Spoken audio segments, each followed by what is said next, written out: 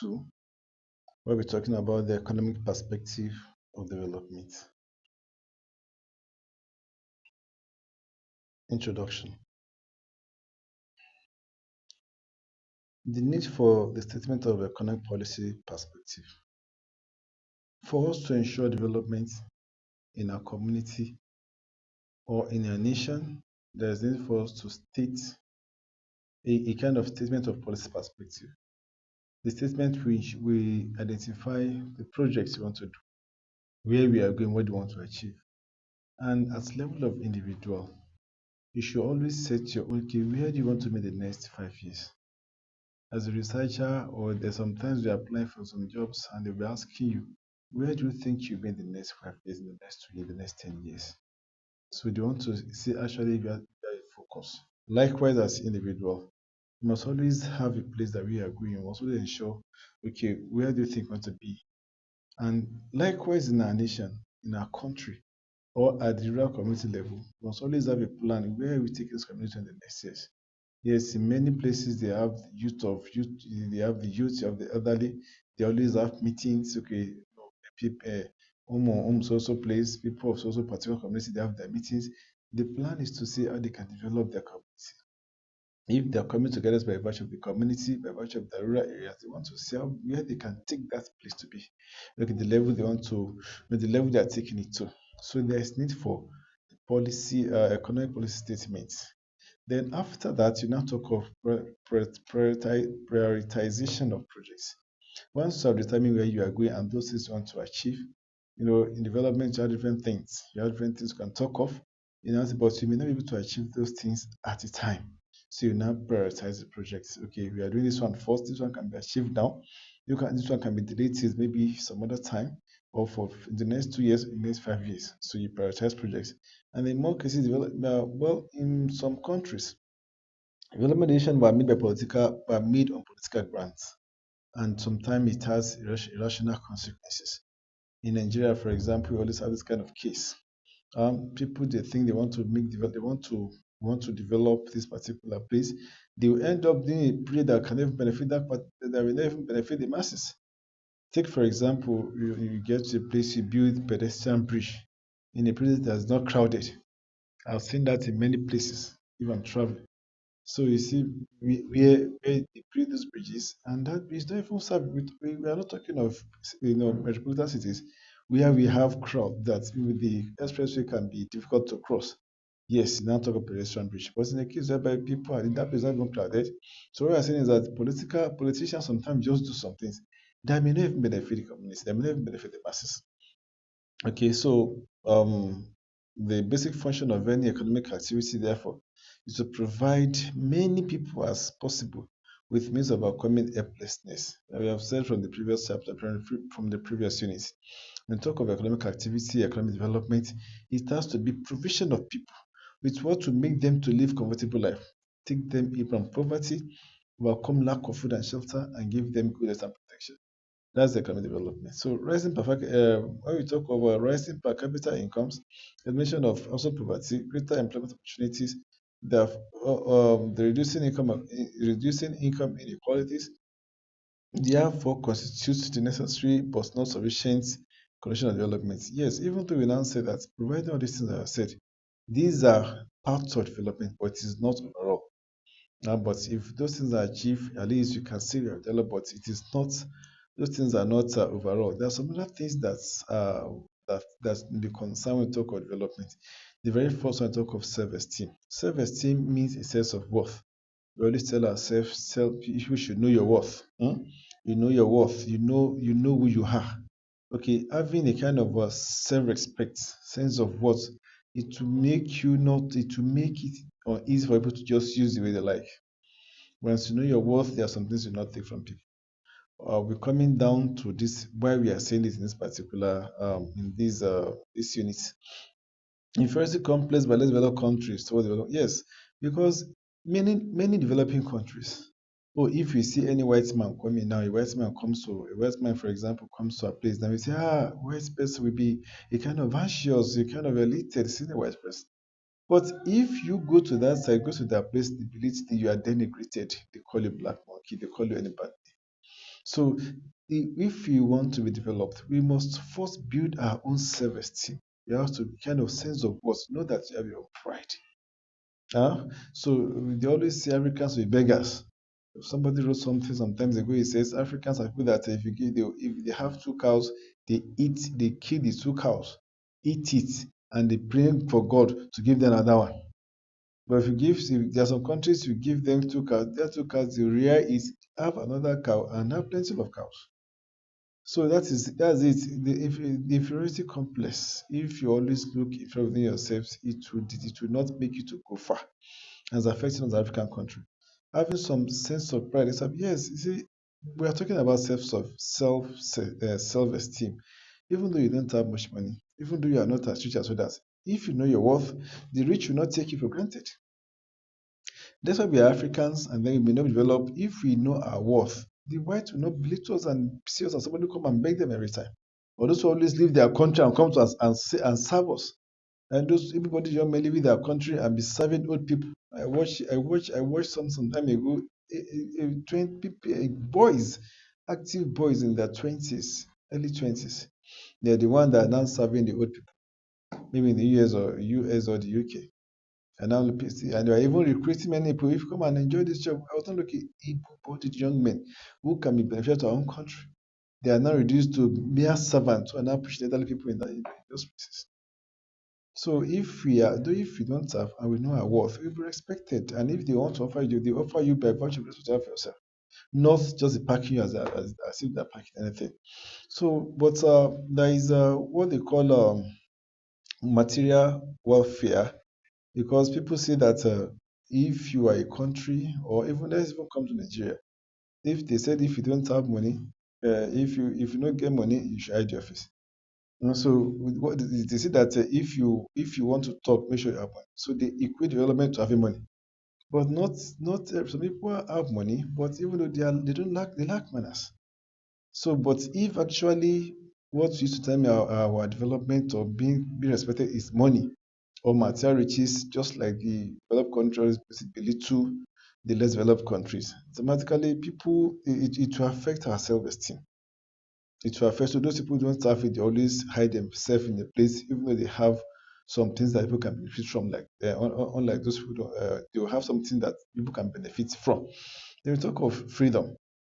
It implies emancipation from alienation, material conditions of life, and from social servitude to nature, ignorance, and other people. Once you know your worth, once you have self-esteem, the next thing for us to be free. If you don't know your worth, you don't have self-esteem, you become to be slave to nature. Sometimes they tell you, this thing was happening to you is destiny. Is destiny. So sometimes just keep yourself at that level. Instead of to explore and do some things. You have some people who are blind, for example, they are blind or they are crippled, and because of that they begin to beg. But even though, despite being blind, there are some things you can do that can fetch a lot of money. Despite being crippled, there are some things you can do with your hand that can fetch a lot of money. But people sometimes because of being their serving nature. Don't confuse that with God.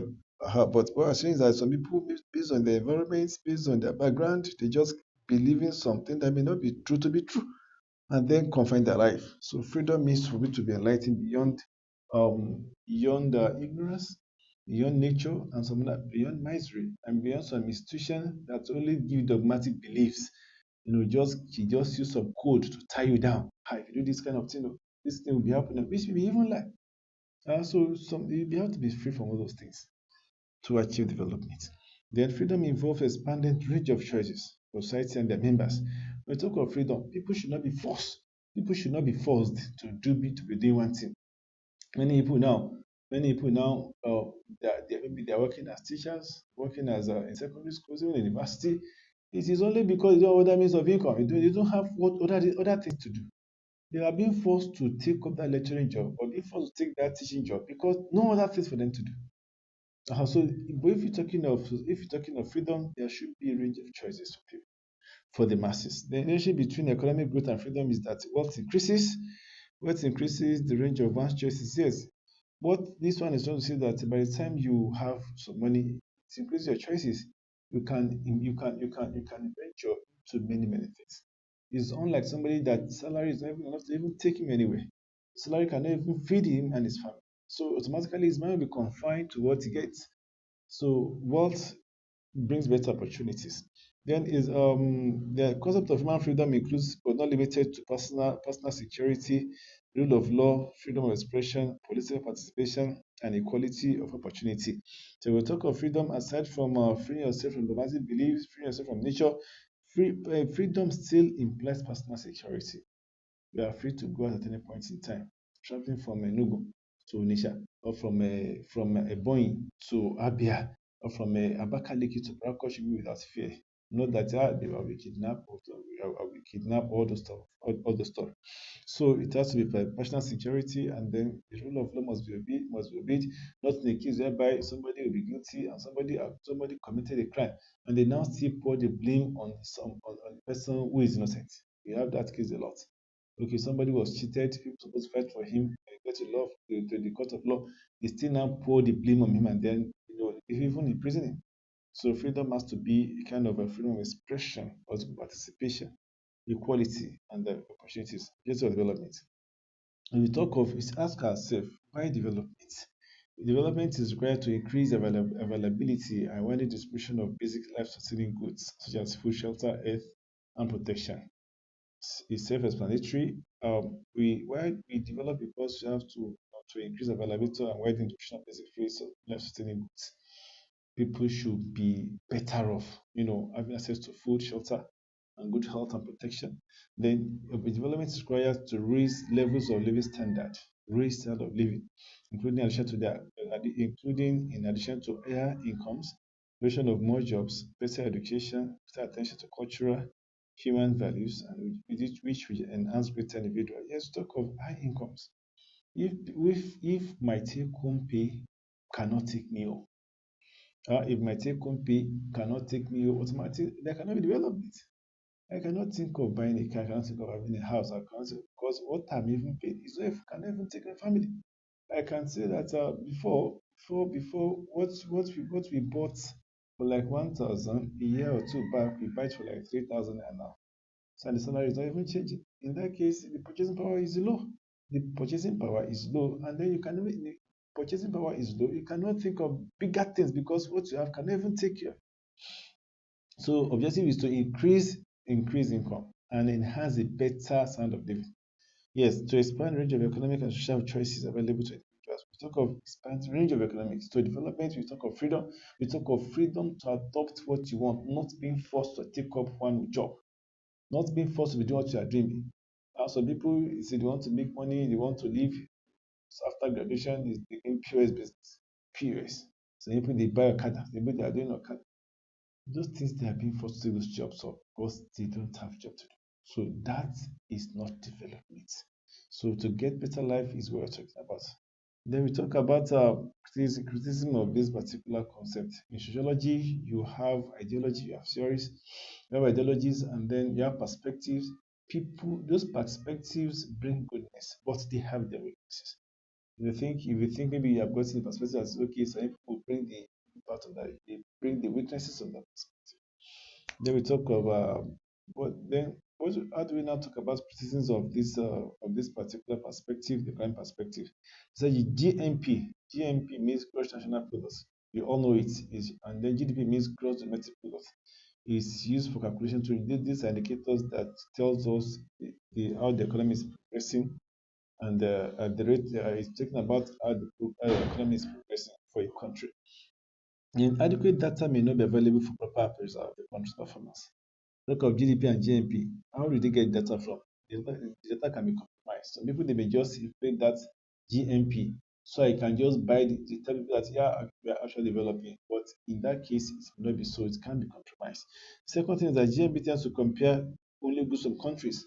Yes, when you talk of comparing goods of countries, for example, now we see that dollar. Sometimes there was a time that we bought dollar for like 1,001, 1,002. Why? Why is Nigeria's currency continue to be devalued? Why is there weakness in our currency every time? It's because if we import more goods, if we import more goods and we are not exporting goods that commensurate the imports, automatically our own naira will be diminishing in value. But in the case of a Nigerian produce a lot of goods we now sell, and then what we import is less than what we export. What we import from other countries, what we import is less than what we're exporting. So it will make our currency to have value.